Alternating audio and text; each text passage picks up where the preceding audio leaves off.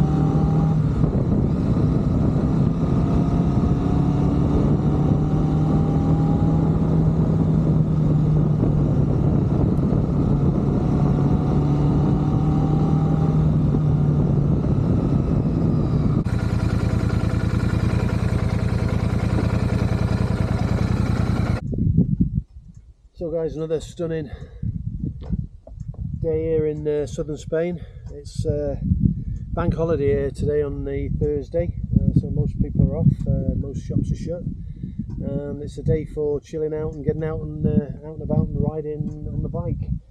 Yeah, so where am I with the Royal Enfield Super Meter? Well, we're currently at about 540 kilometres on the clock, so it's had its initial run-in. I've got to go into the Royal Enfield dealer tomorrow to pick up some paperwork, so it'll be booked in for its first service. The dealership in Murcia in Spain are telling me 1,000 kilometres, but obviously, according to the book, 500 kilometres, and it's also flashing on the dash that it now needs a service. Yeah, it's a stunning bike that you don't really want to get off. When you get out and start riding it, it's so nice to ride that you get out on a ride on it and you just want to keep riding and riding. Now, even on these rough roads, I've dropped the suspension down on the rear of the bike 2 notches, so it's in the middle setting, which technically is firmer than it was before, although you don't get the complete compression on the rear end, so you're not bottoming out, as it were. I don't see it as a problem with this bike, to be honest. There's lots of bikes along similar lines to this. The Triumph Bobber's the same. It's hard on the back end, front end, and there are other bikes that are very similar. This style of bike with a low travel on the suspension, classic type bikes. Yeah, news-wise, lots of things going on in the news from Royal Enfield. I'm sure all of you have seen Itchy Boots' video last night that she released, doing a ride on the pre-production Himalayan. There's also a group of other riders, test riders out on it at the moment, journalists and the like, and they're going on a Goa coast, and she's heading up into the Himalayas with a bike. Yeah, it's looking pretty good. I mean, it's a departure from the oil and air-cooled models that we've seen before, but I think it'll really open up that type of segment to compete with other bikes of that capacity in that segment. It looks more dual sport orientated than the original Himalayan. So in some ways it should be quite a pokey little engine. It should have a lot more top end motorway, highway riding, should be a lot easier on the bike. And it looks good. It looks like there's an option as well to have spoked, tubeless I should say, and tube tyres. I've noticed on some of the pictures the white bike seems to have tubeless tyres with the spokes being set on the outside of the rim. The other colour schemes seem to have standard spokes, which would lead us to believe that that's got tubes in. But yeah, all in all good. I mean, they're certainly really putting a lot of R&D into their new bikes at the moment. We've now got a few new engines on the scene, well not new engines but tried and tested engines, departing from the old 500 and 350 singles of the past. We've got the 650 parallel twin we can see here in the Super Meteor. We've got the new J series 350s as well, which are a lot smoother than the old 350s. We've yet to see another 500 to replace the Bullet 500, but I'm sure maybe there will be something in the line. We've now got the new 452, I believe, water-cooled engine in the Himalayan, and they're still producing the first Himalayan, so I don't know whether they'll brand the new Himalayan as the Himalayan 2, or they may even give it another name. I mean, we'll have to wait and see, so we'll have to wait and see which way that goes. But yeah, news is good. I mean, the bike's all good. Having a blaze of a time riding it. It's just a fun bike to ride.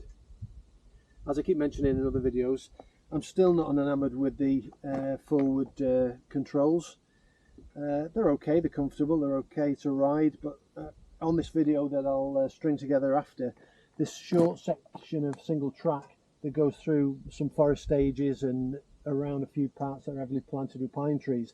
The pine trees have grown under the road and they've pushed the asphalt and tarmac up, and you get lots of undulations in the road. Now, on any other bike, what I normally do for a ride along here is I see the bumps, I just stand up and ride over the bumps, but obviously with forward pegs you're really struggling to do that. And cleaning the bike the other day, looking around, it's clearly set up for mid-mounted pegs on this frame, which I think the classic 650 will have. I think they'll be mounted mid-mounted on the bung in the middle, and looking at it, it's not a major job to convert the forward pegs to mid-mounted on this particular bike. The brackets on the front that hold, the big bulky brackets that hold the forward mounted controls, they'll come off clean, they can be tapped, and the controls will go into a mid-mounted control. And as soon as something becomes available, that's what I'll do. The front controls will be coming off and they'll be mid-mounted. Not because I don't like the style of bike, or I said in an early video that I don't think it's a cruiser, but I look at this as a classic style bike, and I want the foot pegs in the middle. Whether that makes it into a 650 Classic or whether it looks similar to the 650 Classic, apart from the seat and the tank and maybe traditional forks on the front, who knows? We'll have to wait and see. But yeah, there's going to be so many things that you can do with these bikes. It's going to be crazy. But like a kid in the candy shop, you see all these new bikes coming out, like the new Himalayan, if it is the new Himalayan, 452, and you think, I want one of them to tootle around, and then you've got to really think about your needs and wants and wishes. And like I've said in earlier videos, we've got the V-Strom that is perfectly adequate to its 70 brake horsepower, which is going to be more than the 650 or the 452, I'm sure, and it's going to be more capable of carrying the two of us on our journeys and our adventures. So at the moment, guys, I'm pleased with the bike, apart from the forward mounted controls on it. I love the way it looks, love the way it rides. It's as comfortable as it needs to be for its segment that we have. The brakes are super responsive, really, really good. Gear change is really smooth, engine's really smooth. And what I would say, well, it sounds strange, but I've noticed this on the other bikes. The running period, according to the clock, and now the light is illuminated saying it needs a service, but the running period is supposed to be 500 kilometres. And I've noticed on other Enfields when I've had them in the past, you get past the 500 kilometres and the bike seems to run differently. Now, whether the ECU is mapped with a map for the first 500 and a second map for after then, and it's got it planned into the original ECU mapping that after the initial 500 things will change. But for my mind, the engine note seems different. It seems a lot more smoother and compliant, and it seems to have a lot more instant power once it got past the 500 mark. again, could be wishful thinking that I know in my brain I can open it up and go a bit faster. You can certainly ride it pretty normal now from 500 up to 2,000 kilometres. But yeah, interesting news, and I can't wait to get to ride on the new Himalayan, if it's going to be called an Himalayan. And as soon as that comes out, I'll get a test ride on it, I'll get a video up, and I'll be going down to the Royal Enfield dealership in Morphy tomorrow, and I may take some more video there and get that up to you guys online.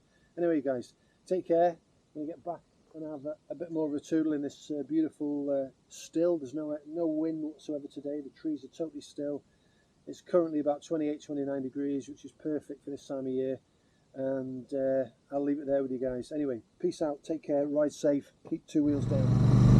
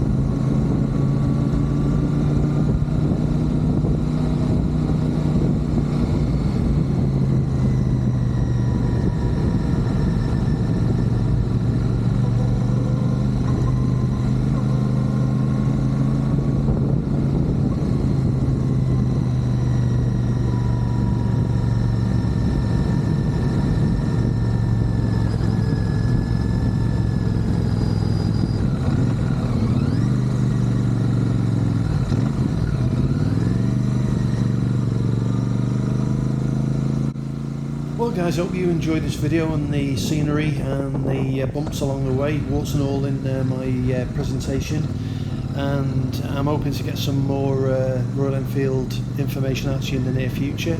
I'm not going to jump on the bandwagon and steal anyone's glory with regards to the new Himalayan, but give me a like, give me a thumbs up and subscribe to this channel, and I'll catch up with you in the very near future. Thanks for watching guys.